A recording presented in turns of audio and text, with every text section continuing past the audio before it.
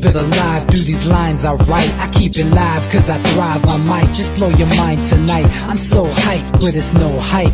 From this height, it's direct hits on sight.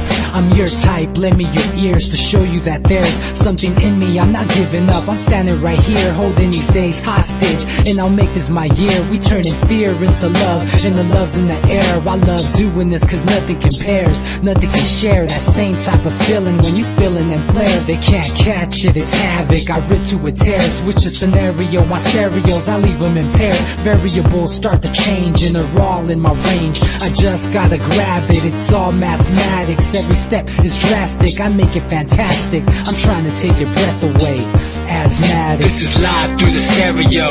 Go and let it blow, blow through the stereo. I'ma let them know through the stereo. Yo, here we go through the stereo, stereo. This is live through the stereo. Go and let it blow, blow through the stereo. I'ma let them know through the stereo. Yo, here we go through the stereo, stereo. Yeah, just nod your head with it, so explicit and vivid. Every image is intricate, intimate. I put my all into it, no scrimmage and no rules. I'm a pro tool, hear my heartbeat, beat into the vocals. I'm so loco, lost my mind, oh no. It's ponderoso, dope, so no overdose, cause it's dope, yo. Man, this is house grown, mixed with some milestones. So I let the style flow down like the Dow Jones, bringing it with some foul tones, letting the crowd know we getting loud, so it's eardrum rudiments. Yeah, we bring it rude again. Move, little hooligan. Music for tuning in, full time to the 10. I'm on my clock like I told you. I'm doing this for dreams we pursuing.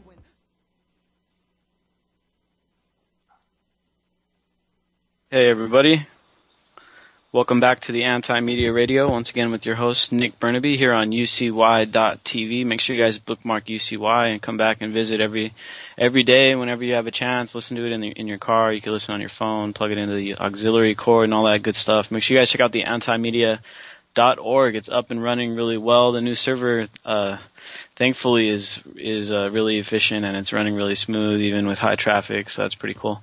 And I'm joined by my co-host DB. How's it going, man? I'm doing good, man. I'm just watching some of this the world events going on right now, and there's three that stick out to me. Snowden's South by Southwest revelations were pretty bite-sized. They were an hour of anybody that's unfamiliar with what's going on with mass surveillance of all electronic, basically communication, because it all originates and goes through the U.S., although that's going to be temporarily now with these revelations. But they're mass surveilling, and they literally don't have the computing power to break through all these massive qubits of data. Even with quantum computing, they can't stop, or supposedly can't stop, terrorist acts from happening. So this massive dragnet is not working. They need to go back to human intelligence. This electronic surveillance it has too many holes in it. It's too easy to get around it. And all it's really doing is detecting dissent. That's really all it's there for. It's not for security. It can't catch individuals because they're already above this basic tech these guys are using, even though they think it's so great. Yeah, man, it's like anyone that was really trying to do something wouldn't be dumb enough to use these kind of channels. Exactly. And even if they did, with this whole Boston bombing thing, these guys were openly talking about this stuff on YouTube, and they were even warned about these guys, and they still let them get through. So it's like none of this stuff is working. We shouldn't be even doing it. And it's turned into just like you said, a dragnet against dissent to find out who's a dissenter and who's not. And and what are you going to do when you find out who is? I mean, you can't kill ideas when they start. I guess you can try with all kinds of new technologies these guys have been pioneering basically since the end of World War II. But if they were so successful and they were so effective, then they'd be working, and they're not. They're just not working. These guys are playing an end game. They're just delaying their own end game.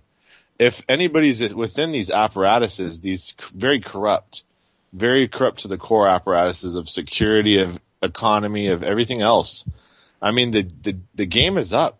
There's too many people that know what's going on. You cannot silence, disappear, or control enough. And if anybody within these apparatuses is smart, they're going to turncoat, and they're going to fight for the people. Even if it is a little too late for them, trust me, we'll remember. Yeah, man. like Snowden was saying in the stuff he was talking about at the South by Southwest thing, we got to build around these, because we can't really count on the government. We can't say, hey, we want you to roll this stuff back, and they're just going to roll it back. That's not really what's going to happen. And judging by the way Edward Snowden was talking, you can kind of tell. That's kind of what I got that he was hinting at, is that we got to just keep improving our side of it, our technology, and keep building around this stuff. And make ourselves immune to all this spying, or where it consumes so many resources for them to try to spy on you that it's just not worth it. Right, and the thing is that it's killing, and I mean just absolutely gutting our economy, our real economy. We don't have a service economy anymore. We don't have a blue-collar economy. We have a white-collar, we have an innovation, we have a technology economy, and a lot of that is virtual. And when nobody trusts our networks and our servers and our infrastructure, because they're always constantly being pried at by not only the NSA, but really when you think about it, any Fortune 50 company, because they're all in bed together and they're all cross-sharing information. Well, honestly, you see that these 50 companies are a monopoly. There's a massive web that prevents any real innovation, stimulation, or competition, so it keeps the economy artificially slowed down. And then they let in basically anybody who wants to come in and give them free everything, and there you have a recipe for a first world country falling into the third world.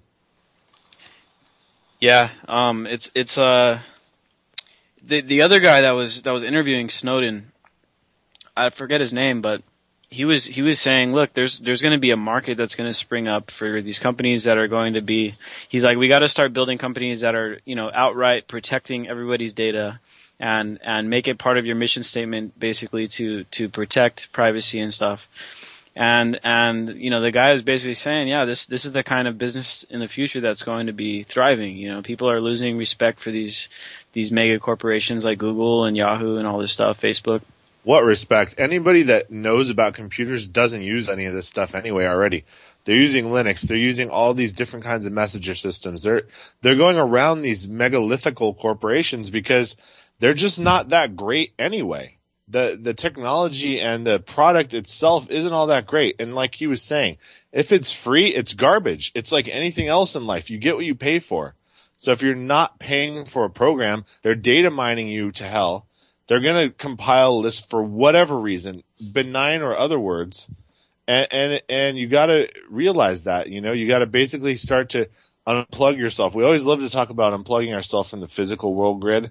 And it's also going to come with a virtual world where we're going to use end around things. We're not even going to use their internet soon. We're going to use dishes, just like in Greece. You can trust on that because they're going to try to censor everything. And the people that know are going to get around it.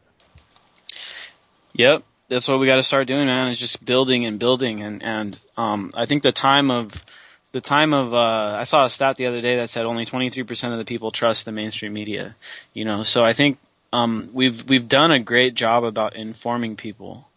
Now, part of the informing process is we have to start building stuff, building platforms that work, building institutions that work with these new ideas, so that as we inform people, there's something that they can already seek out and become a part of, and they can see that it's working. A lot of people, they're just like, they think that we're just talking out of our rear ends when we're talking about these ideas. But if we had something to show for it. No, they're easy.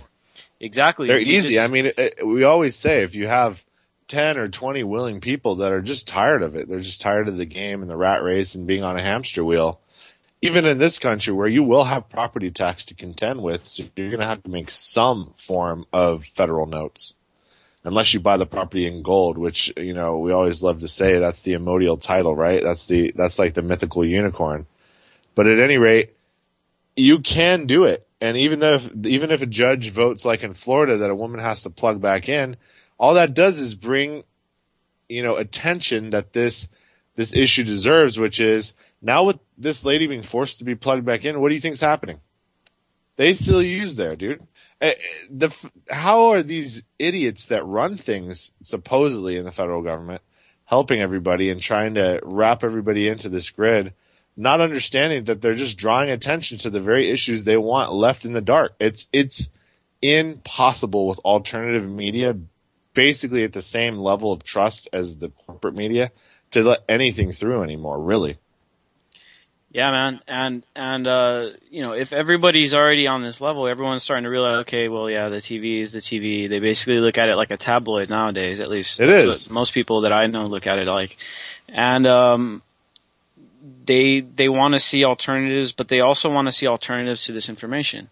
Because if we're just pounding the ground talking about how bad everything is and how effed up things are, which is completely true, but it's just like you're just building up frustration if you're not giving people a way to like fight back or to take control of their own lives and stuff.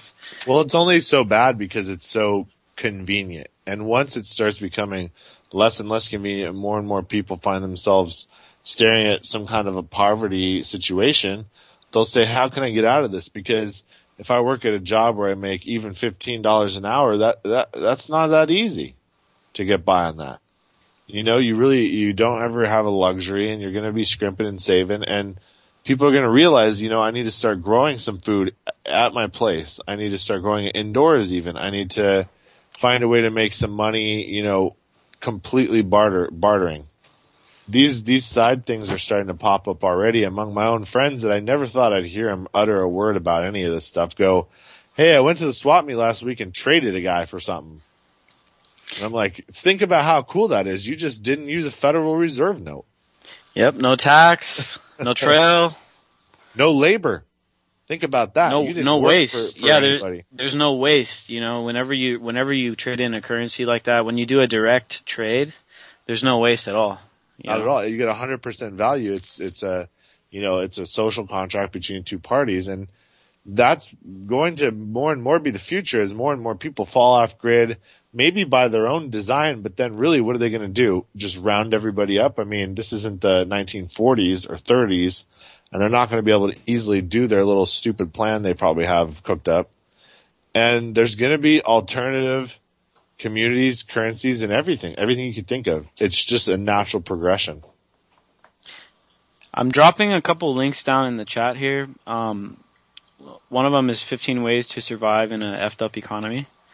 And it's really got some cool tips in there. And then there's a hyperlink in there about how to start a community currency. And I'm going to drop that link. I pulled the link out of the article, but I'm going to drop it in the chat room too so that, everybody can take a look at how to start a local currency, man. It's pretty cool. And I think it's a huge step, man, because, if we're ever going to beat these guys, and it kind of goes back to kind of what Edward Snowden was saying, earlier today, we're not going to be able to tell the government, hey, we want you to like shrink in size. The government's not going to shrink the government. You know what I mean? It's going to take us building around them and making them irrelevant for people to finally realize, okay, we actually don't need them, and we could actually stop paying taxes. And we have to come up with ways like bartering, creating our own currencies, local currencies, alternative currencies, digital cryptocurrencies, and a mix of all this stuff, plus physical, silver and gold and stuff like that. Have a competing currency and allow everyone to choose.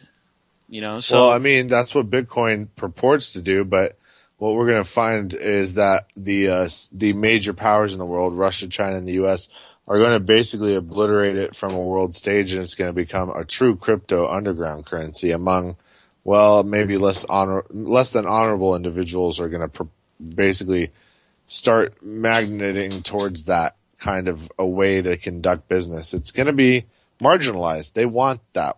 And they're going to, since they control the internet and all the functions and capacities and server bases it goes through, they're going to marginalize that currency. Now, what does that spell for Bitcoin? Like I've been saying forever, like it's going to be easily manipulated because it depends on things that the people at the top control, which is basically the infrastructure. The internet doesn't work if you don't have power and you don't have an internet connection.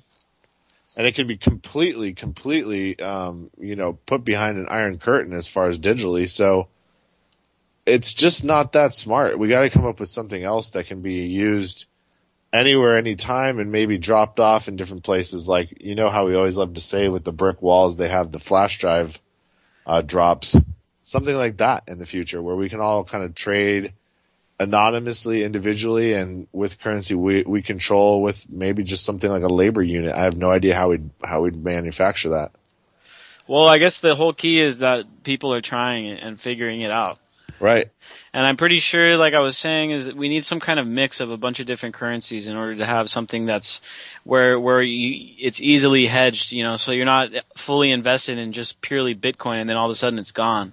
Or all of a sudden it's like not worth anything. Everyone should have a mix of a bunch of different things. Some kind of physical stuff, assets, you know, bartering materials, you know, local currency, Bitcoin, you know, imagine, dude, you know, and food even. You could trade food, you can trade weed, you could trade beer, you could trade whiskey. I mean, you could trade anything.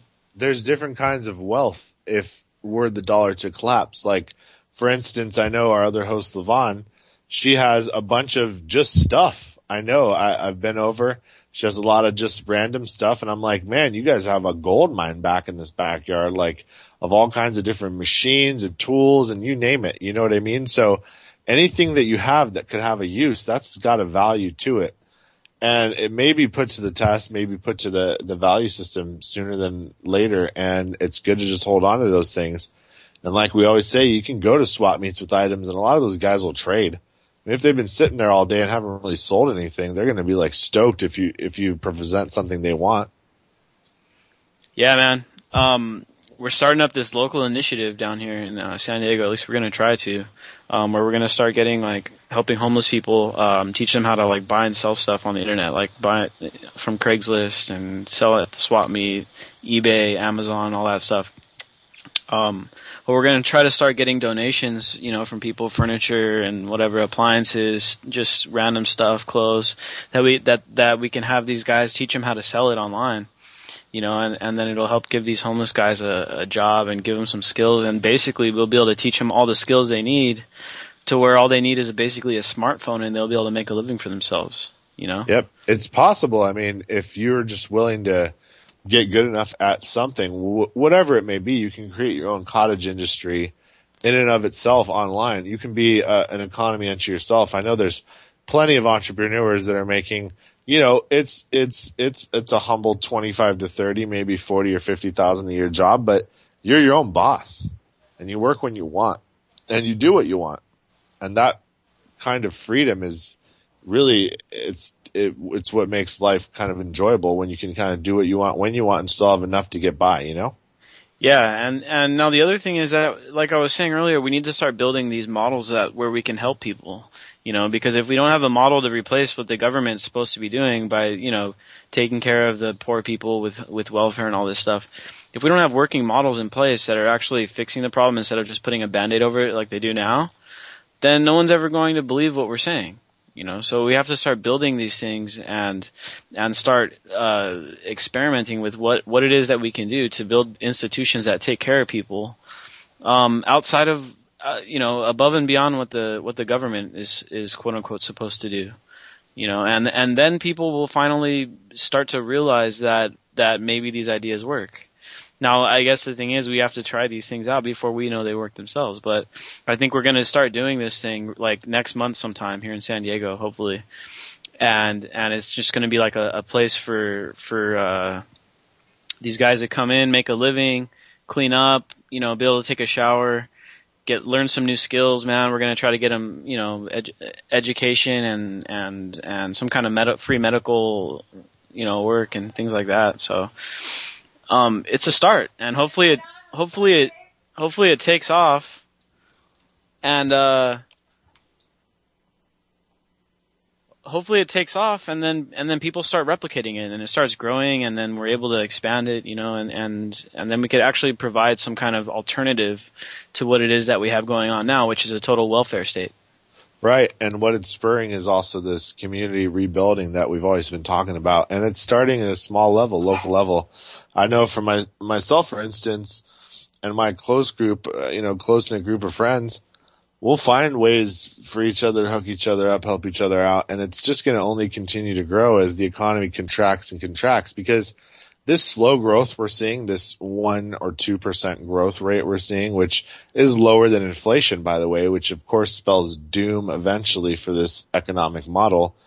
But in the meanwhile, while the reserves, so to speak, are being burned through, and they're being shipped to China on big giant ocean tankers, what we need to do is learn to get by with less actual cash and derive more wealth from basically cottage industry. I can never think of another way you can really make money except make it from home and use your own home to do stuff. Like, I know for a place, for instance, I'm looking at we're going to look at maybe like doing an aquaponic indoor setup and all kinds of setups where we can get free food and those things will add up at the end of the year. 1,000 here, 1,000 there saved, and it can really tide you over.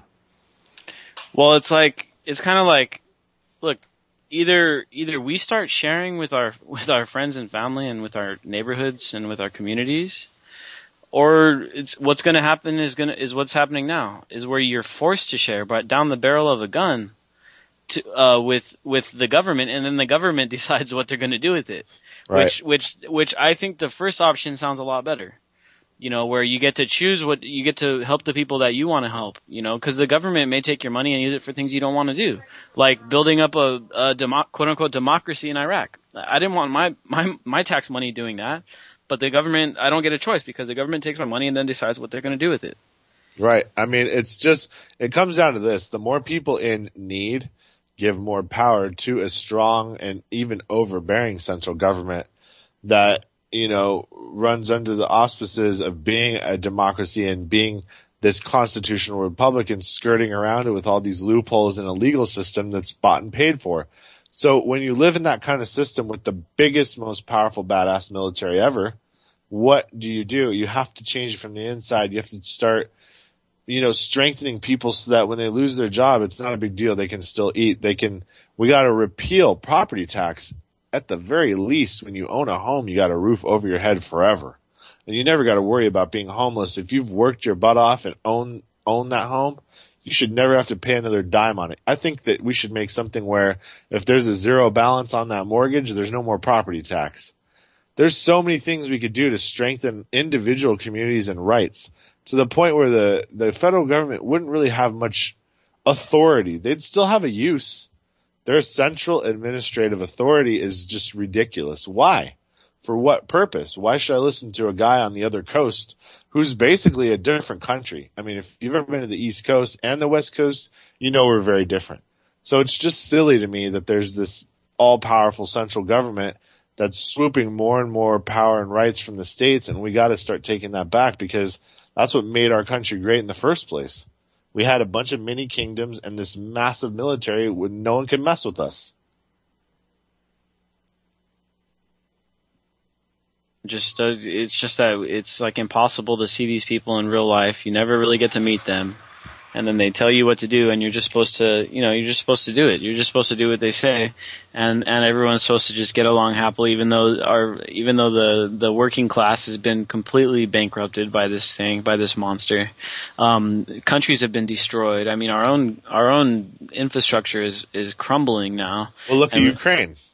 Ukraine's an example of what is known as economic hitman going in there, and basically, you know, staving off part of the West. Inciting a bunch of dissent in the West because, of course, maybe they want to be in the EU. But, you know, what are you going to subdivide a country into thirds and have this super weak middle Ukraine, this Crimea that rips off basically where the pipelines originate from, the oil fields. Now Russia gets those. They get to keep their Black Sea port. You know, no one dares threaten them, and they have total control of that area through just sheer military might. And that's what we get. That's what happens. Yeah, and I saw a graphic today about showed Ukraine and all the pipelines that go through there. I mean, apparently Ukraine is basically a choke point for all the oil flowing westward. Everything, all this oil and stuff coming through Europe, it all goes through the Ukrainian territory. And basically, if they wanted to, Ukraine could completely basically shut off most of the gas to Europe. I mean, they still have a northern pipeline that goes up through the, you know, Scandinavia from Russia. I think it goes through Finland or whatever. But that only supplies like 30% of the gas for Europe. A large majority of it ends up going through Ukraine. Well, here's the thing. It's going to unleash this rash of sanction action. It's going to become, you know, the proxy war has been averted. Why? Because, like I love to say, even though these guys at the top they're cold-blooded, they're still human and have families and some kind of feelings. and they don't want to start some nuclear exchange with Russia. So the proxy war was averted. Ukraine will be subdivided. We'll have a new Berlin Wall, in a sense, a cultural wall, where the East is going to go over to them, to Crimea. We'll get some portion of the West going into the EU and branching off into Western Ukraine or some other breakaway province. And what instead will happen is now begins the saber-rattling sanction wars, because we threatened to sanction Russia. Russia threatened to sanction American and European companies, and they're basically doing a brisk business in Russia. So you can't hurt one without the other. It's like they were always saying, political theorists said eventually the world would get to a point where there would be 2 or 3 super states which cannot defeat each other, but can defeat everybody else, and it becomes a stalemate forever with endless perpetual proxy wars, and that's where we're at right now.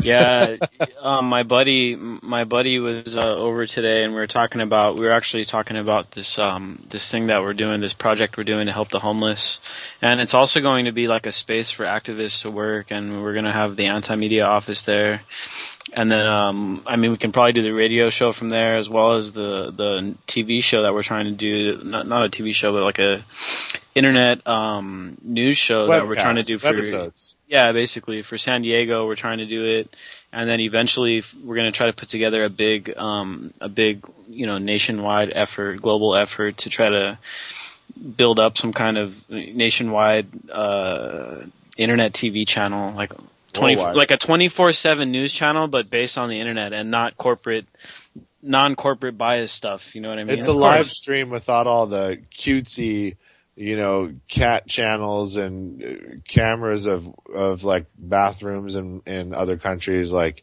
you know what I mean? It'll be like a live stream that actually is all just people going out, finding out stuff that the media wouldn't dare report. How will we do it? Because, people are passionate about the truth, even if they're not getting paid $1 million a year like these anchors are. Yeah, they're totally just TV anchors at this point. Not even TV anchors, TV actors. The anchors have become actors, man. They just read a script, and then, in my opinion, and I've seen Wolf Blitzer say this all the time, where he actually says, "In my opinion, I think this." It's like, actually, no, that's not really your opinion. That's what they told you to say. It's like they told you to say my opinion, then they gave you an opinion to have. Right. Well, we've always said that the corporate media, CNN, MSNBC, Fox News, and we can lump in all the little tiny parent satellite companies that they all own. Basically anything on the regular TV, they're all corporately owned. What did Abby Martin say recently? That, yeah, RT's Kremlin backed, but you know what? Is there any proof of coercion? Are we selling products online? Are we selling Russian products? Yeah, of course it's an arm of propaganda again, but it's under no, delusions of that. We understand what it is, whereas people that watch the news in America honestly think it's independent. That is just asinine to me. They're just another propaganda arm, and people, if they would realize that, would just look at it for what it is. It's a tabloid at this point. It's acting. It's no different than watching Maury Povich. It's just that instead of entertaining you, they want to scare you and basically direct you in a certain lines of thinking. Yeah, exactly. And they want to keep everybody scared. They want to keep everyone in the frenzy. They want to keep everyone on the verge, so no one wants to do anything other than the regular routine, which they're pretty much forced to do, which is, get up at 6 a.m., drive to work, come home and deal with a little bit of time you got. Right.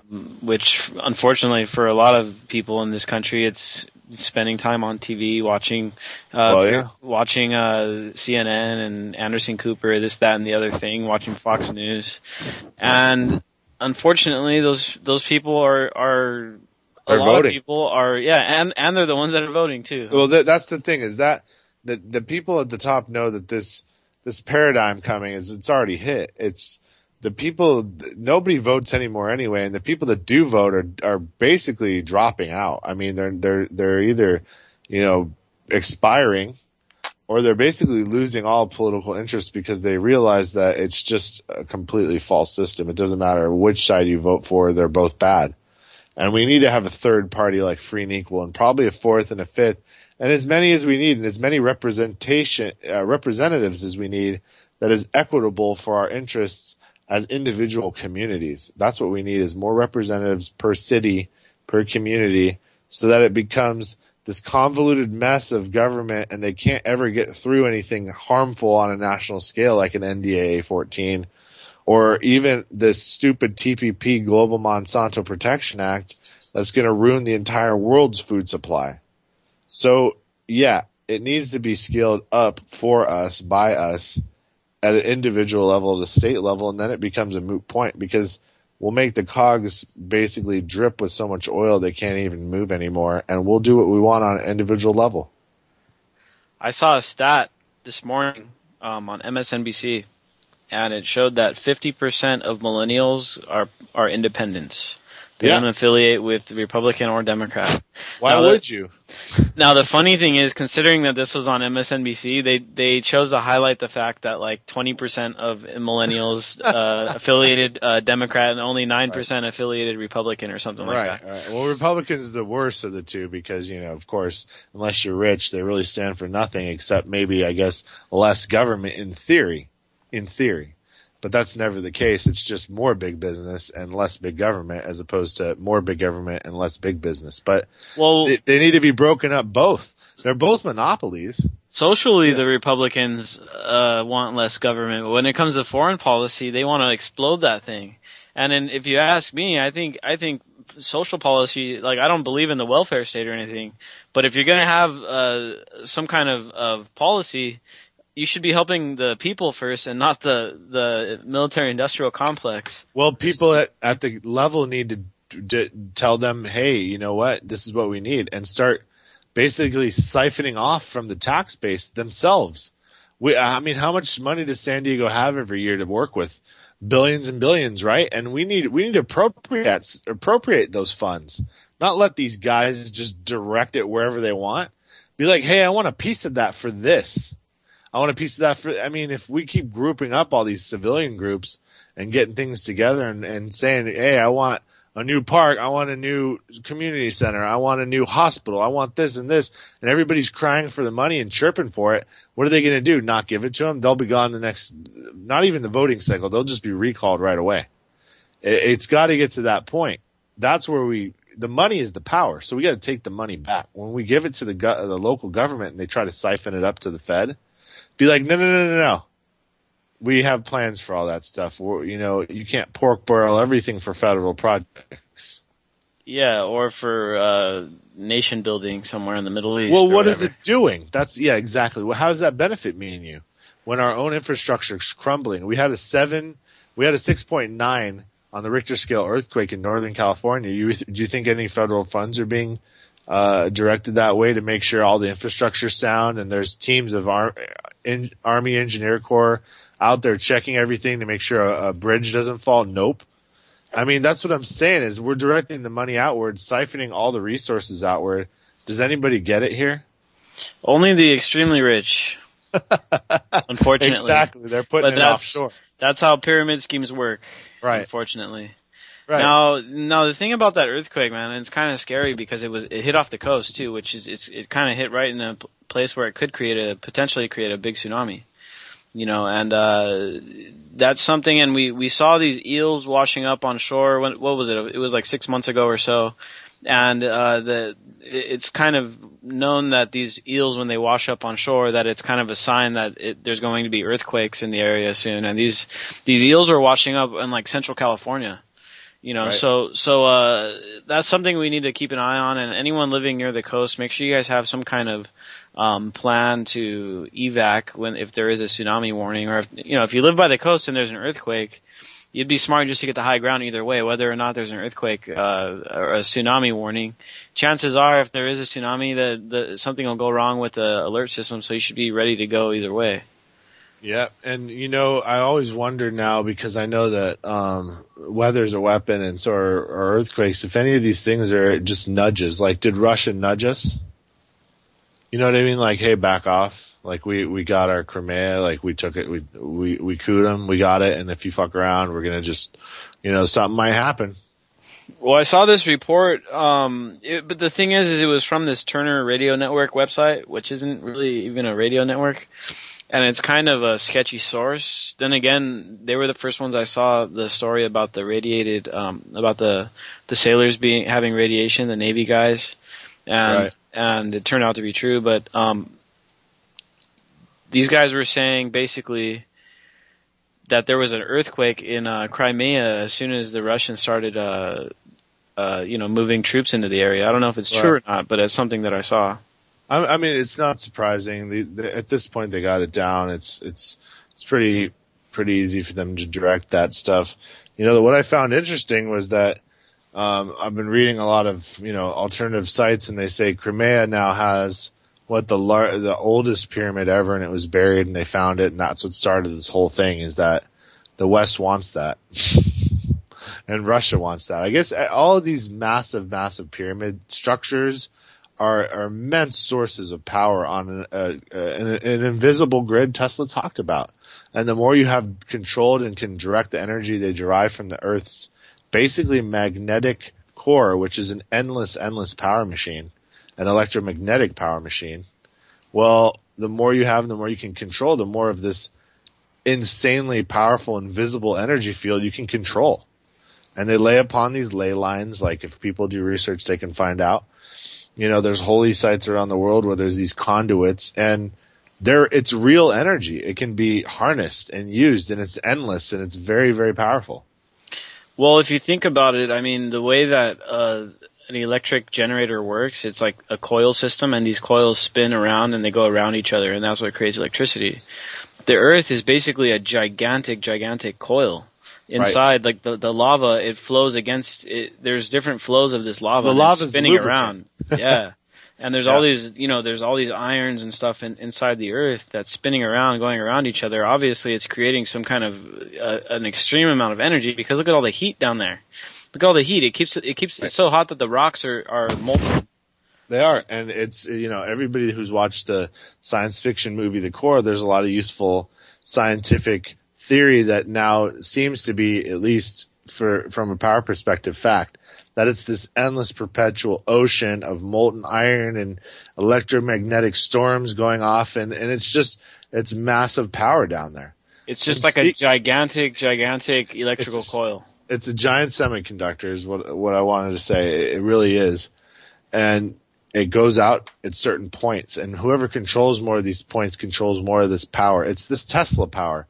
This power is absolutely staggering. It controls an underground world people could only dream of, with maglev trains and gigantic underground cities, and it's all documented, and it's all been paid for with money from all kinds of different sources and hidden in plain view, and it's there for the elites when things go sour on the surface. That's what it's there for, and that's what it's used for. Hey, I just want to remind you guys, we have open lines tonight. If you guys want to call us and talk about something, if anything you guys want to talk about, give us a call. It's 718-717-8296. Once again, it's 718-717-8296, and we could talk about whatever. If there's something we're not covering or anything you guys want to talk about, whatever you guys want, man, just give us a call and we can talk about it. So, I wanted to ask you about what you thought about this plane thing, this whole plane missing thing. It's a good segue into that, because just digging up some cursory information and going from the semiconductor that is the Earth to Freescale Semiconductor, which apparently was targeted as a company and basically disintegrated on this plane, is what it appears to have happened. It's a cutting edge energy efficiency company based in Austin. You're talking about a company that was at the forefront of moving from a post-oil, post-coal world. And that cannot be allowed, correct? Especially when a plane from Kuala Lumpur is going to Beijing. So why was the plane hit with something that made it disappear, like an energy weapon? to make guys go away that had vital information on super energy efficient stuff, and it was going to the enemy because they are, just as Russia is, it's all a big game between the three giant super states, and it was just taken out. And that's the prevailing theory to everybody that seems to dig into it a little bit. It was this particular company. There's a couple other guys on the plane. There's an IBM exec that was kind of a big guy, and IBM is getting ready to unveil a new energy efficient, super strong solar panel collector. I think we talked about it last time, where it constricts a super beam into one turbine and just spins it at a ridiculous level and makes a retarded amount of power. Yeah, it amplifies the sunlight by like 2,000 times or something like that. So if something similar or a competing kind of tech was going to the east, well, that couldn't be allowed, right? So hey, this is all theories. These are all theories. They're conspiracy theories, but they make sense because anybody who knows about the world's read Confessions of an Economic Hitman and knows how things really work. We're not naive. Hey, we had a caller on the line. You there? Hey, how's everybody doing? Pretty good. Good. I'm sorry if I sound a little foolish, but I'm fighting nose congestion again. But no worries, I'll get over it. Anyways, I just wanna before getting into the plane thing, I wanna go back on the subject of property tax. That pretty much I know it's very crippling for people who are very economically disadvantaged, but I also want to talk about the collateral damage if it's taken away. That unfortunately it's the primary source where schools get their funding, and with that taken out of the picture, what would be the backup plan? The thing, right? To pay, so that's always the problem: is how do we pay for roads and schools? When the property tax pays for that, and we're going to have to divert things. If we have a budget of, I don't know how many, 700 billion on paper we spend on the military, well, unfortunately, to secure our rights as people, let alone Americans, but just natural rights to have a roof over our head if we've earned it with our own labors under current market conditions, society at large has to understand and make the change going. We can cut a defense budget in half and still be more than any other country in the world by twice. And then we can eliminate the need for these property taxes and secure people in the fruits of their labor so they have a roof over their head forever no matter what. Well, I think it's something where we have to direct funding from one to another and convince people, why would you always want to pay tax? Who signed off on that? Who's okay with that? Nobody I know is okay with that. So we just got to derive it from a different source and move money around. Well, I think this is a really good question, man. And I think what would be awesome is kind of if people were able to fund the schools kind of the way we pay our electricity bills, where you just go down to the school that's in your area and you just cut them a check every once a month. You give them $100 or you give them $50 and you say, all right, this is to help the school. And like we were saying at the very beginning is that we got to build up these new ways of doing things, these new institutions, in order for us to make the government irrelevant. And of course, this is a great point. Is if we don't come up with a way to help the schools and get all the people that can't afford to pay for school to get free schooling, we got to figure that out. We got to do that on our own if we're going to get it out of the hands of the government. Definitely, especially because, as you can already tell, that at least on the state of San Diego alone, having trouble with educational level. That pretty much that's why the big rise of charter schools, which are basically like neoliberal economic indoctrination, which would pretty much and besides the fact that it's privatizing education, so pretty much we got to watch out for that. It's not only privatizing it, but it's centralizing it into this one doctrine that's being pushed to all school children nationwide. So they're all getting an identical education, and it's really not one. It's an indoctrination. So what would happen if we eliminated funding to schools from property tax? Well, I'd guess that Ron Paul's wet dream of the Department of Education going bankrupt would happen. It would force the free market to come up with academies of sorts and people could find the best deal and the best curriculum for their child based on their individual talents. Wouldn't that be freaking amazing? Oh, definitely. But also, going back previously, that pretty much what Nick was saying, that pretty much that in with the property tax would get eliminated just to donate like $100, $50, or whatever you could, like, or instead of everybody paying, I don't know what's the deal on property tax, because I live in a government subsidized apartment complex, but basically, like, if the pretty much just to find out what that the property tax will be made instead of what they're able to pay. Pretty much at the more you earn, the more you pay. Pretty much like so. Pretty much at least who are most economically disadvantaged will at least will not have to tighten their belts so much. Right, and right now what it is just 1% of the basically of the adjusted property value. So somebody will go out and estimate it, and they'll come up with some number, and then you pay 1%, and that's what you pay every year. And also speaking back on the I get a little brain stuck sometimes. That like this example, that pretty much former TNA wrestler AJ Styles, when he was growing up, that his father, I think he's a veteran from the military, had like 5 hours, lived in a trailer, and for some odd reason that pretty much that his family apparently made so much money that they did not qualify for either welfare or financial assistance, etc. But pretty much just considering the fact not just how much you make, but how much you need to spend to pretty much stay afloat. Yeah, man, it's a huge problem, man, because obviously the government is neglecting the people that are in need, and now all these taxes and stuff, like the property tax, all this stuff is regressive, because if you look at the percentage of your income that these people have to pay for their property tax, if you're poor, you're paying a lot more percentage of your income. So in essence, this stuff is regressive, just like the justice system, just like almost every law, just like them when they make you get insurance with Obamacare. If you're really poor, guess what? Too bad, you're still going to have to buy it. And if you're extremely poor, then that's a large percentage of your income. If you're extremely rich, your insurance is only a very small portion of your income, 0.1% or something. Obamacare is go ahead.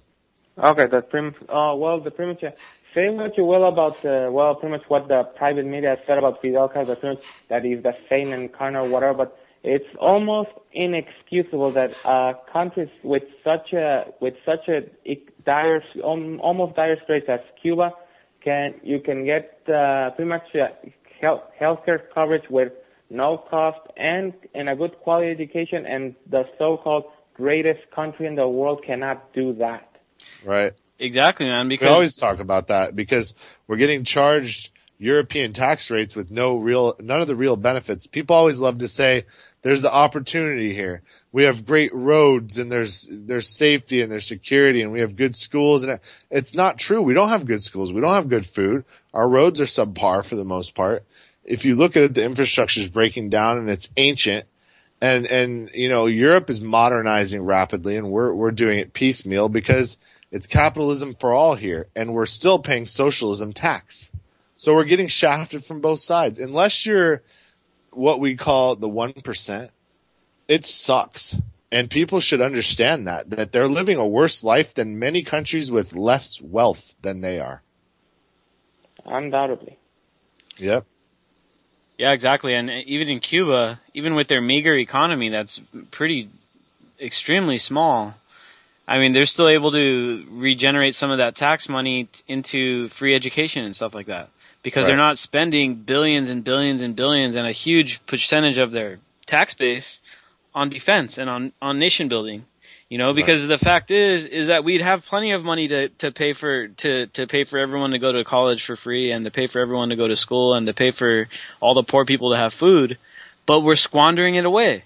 But we you know don't what's funny? we don't get to decide where our money gets spent, and unfortunately, large majority of it gets spent on things that don't benefit us at all, and in fact probably hurt us in the long run. And I was just going to say, if people really took the time to understand how much money the United States controls and possesses and assets and the other liabilities of countries which we own. I mean, we literally own so many other countries from World War II still to this day. We own their banknotes for all their bonds, like Japan, like Germany. Even though they say we own Germany debt, we own them on a bond level. So it's ridiculous to think we can't even afford European-style benefits while we're at war perpetually. We still could. The problem is that these corporate subsidies, $4 billion a year to oil. I mean, and that's probably smaller than it really is. If we cut off just corporate subsidies, we could pay for all the social programs and then some. Well, I guess the thing is that we gotta pretty much not just get intellectually prepared to pretty much defend our viewpoints, because obviously the establishment will pretty much jackhammer us out the wazoo. So even with the fight for 15, that pretty much they're not. It's not that really much there yet, but they're getting ready. Pretty much that raising the minimum wage to $15 per hour will cripple or even kill small business. We gotta be intellectually prepared to pretty much combat those counterproductive viewpoints and ideas. Yes, we do. And we have to have a different way to pay people instead of a fiat system, because it's not going to work. It's going to fall apart at one point. They're going to use it to try to push through some chaotic agenda, and we can't fall for it. Yeah, man, I think the best thing we need to do with all these workers is, first thing, get them off the dollar. You know what they say about the minimum wage? I think it was back in the 70s or something, or maybe it was the 60s. But the minimum wage used to be 25 cents. But back in those days, the quarters were made out of silver. Now right. That same quarter today is worth like something like $25 or something. So for historical value. Yeah, if the wages would have kept up with the inflation, the minimum wage right now would be roughly about $25. And that'd be a much healthier wage than what these guys are getting right now, which is like, I know in California it's like $8, but the federal minimum wage is even lower. And there's just no way that people can live on that. But at the same time, as we keep going down this fiat system, the dollar just keeps getting worth less and less. And if you look at what happens to these people that are like on the retired people that are on Social Security, the increases for Social Security are very, very small. And if you look at the real inflation, if you account for the price of food, the price of fuel, the price of milk and stuff like that, I mean, the people on Social Security right now are getting shafted because every year their money is worth less and less. Everything costs more and more, and there's some years where they don't even increase the pay for these Social Security people. And it's well known that the inflation is at least 10%, the real inflation.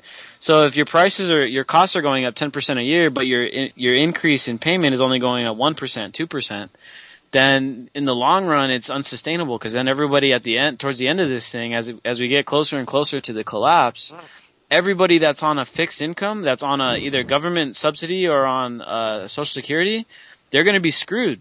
They're not going to have enough to live. And they're the weakest link, Nick, and they're the one being targeted because the older folks won't do anything. The poorest of the poor are going to probably start some kind of upheaval, and that's really what they want. They want that more than anything, because once they do it, they'll clamp down on everybody. That's what they want. They're getting ready for it. We all know that. We've known this for 2, 3, 4 years since the initial NDA 2011 was passed, where they said anybody at any time for any reason could be detained. We knew they were going to use it for that exact reason, because they expect certain demographics, certain communities to just light up, and they're getting ready for it, man. And then once they mop those guys up, they're going to clamp down on everybody. Also, just as a brief example, pretty much, at the end of the day, pretty much historic proofs of that Martin Luther King, that pretty much it's better to fight with love than with war, like with the example of Ukraine, that pretty much that they were able to pretty much overthrow the president, but for what purpose? So the Russians could invade? I mean, that's, right. Well, I mean, pick your poison. Do you want coercion and backdoor cloak and dagger type of leadership, or do you want strongman, where I'm a dictator leadership? So pick your poison. And it's more along cultural lines. Crimea is just basically Russia. They just wanted to be part of it again, and Russia swooped in and grabbed them. And it was just a coup d'etat. It was a takeover without a shot being fired, really, although I've heard that Russia's been working the Ukrainian forces, so I have no idea. Well, I guess that we got to do a little more. Well, since everything it's happening obviously very, very fast, we got to be able to not know what's going on, but obviously look deep into the details. But also back to pretty much economic disparity, that pretty much they'll blame people that pretty much the poor are the biggest welfare queens around, and yet private prisons that pretty much get their 100% profits from the government. That pretty much that they're even threatening to sue state governments if the prisons are not at full capacity. Yeah, I've heard that, and that's an insane contract. And if people knew about that, they would. They would, who knows what they do. Can you imagine that it's like having a quota for cops and having them have to hand out tickets. Even if there wasn't enough crime, they're under constant pressure to be handing these tickets out. It's just ridiculous. Basically a mini version of the TPP, right? Because that's basically what the TPP is. Let's just say, that's true. Let's just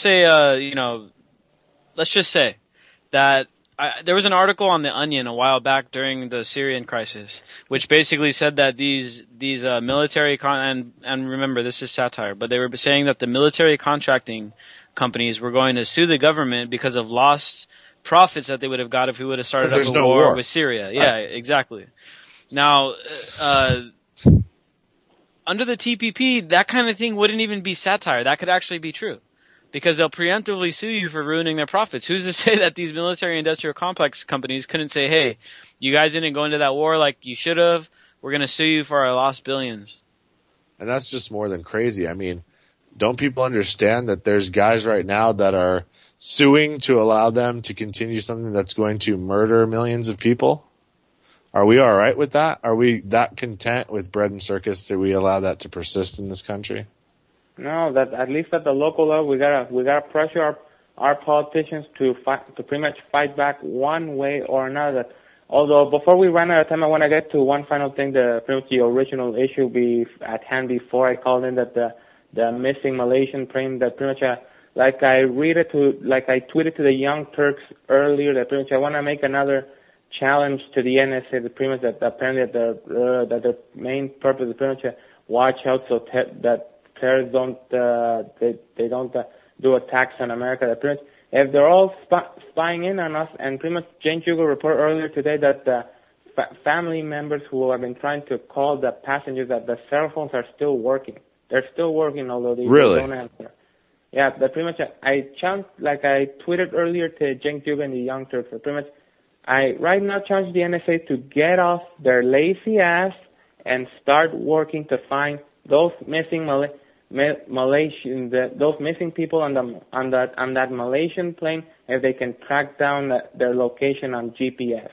Oh yeah, and that's the thing, man, is that's obviously they could if they wanted to, which tells me that it's all kind of plays into this bread and circus game, where it's kind of one of these things, I think, where they're like, hey, look at this plane thing and let's not worry about what's happening in Ukraine right now. Yeah, well, since I guess I'll leave you two alone pretty much to make the final thoughts. My name's Alberto, and you can find me on Twitter at 314 Love Machine. Nothing XXX, really. I just love to do random rants, plug things around. And speaking about plugging, that pretty much to all San Diegans hearing this, pretty much to join us on Wednesday at noon at the Civic Center for another Fight for 15 rally. We're gonna try to pressure the city council to obviously do something about it. Awesome, man. Well, thanks for calling in, man. Thanks for sharing us too. I know you share us on Twitter, man. Thanks a lot. And Thank you. I guess we'll see you guys on Wednesday. Me and DB live in the studio. And bookmark the UCY link and check them out daily. Thank you guys.